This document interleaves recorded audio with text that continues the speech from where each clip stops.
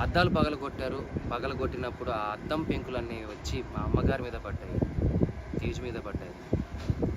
ఏమీ ఎవరికీ కాలేదు కాబట్టి సరిపోయింది. అదే ఆ పెంకుల వల్ల ఏదైనా జరగరానిది జరిగిందంటే, ఆ రాళ్ళ వల్ల తల పగిలి ఎవరికైనా ఏదైనా జరిగిందంటే, నేను ఈరోజు ఎవరిని కోల్పోయేవానో నాకు తెలీదు. ఇలాంటివి ఇంకెప్పుడు ఎవరికీ జరగకూడదు. ఇలాంటివి ఎప్పుడు ఎవరికీ చేయకండి.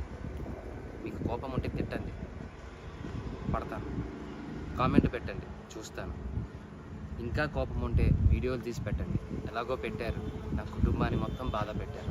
నేను ఏది పట్టించుకోవట్లేదు. ఎందుకు అంటే నేను నమ్ముకుండే నా హీరో, నా గురువు మాస్ మహారాజా రవితేజ గారు.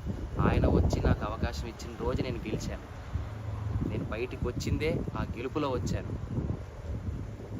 కానీ గెలిచి ఒక ఆనందంతో బయటికి వస్తాను అనుకున్న నన్ను, నా కుటుంబాన్ని రోడ్డు మీద నించోబెట్టారు.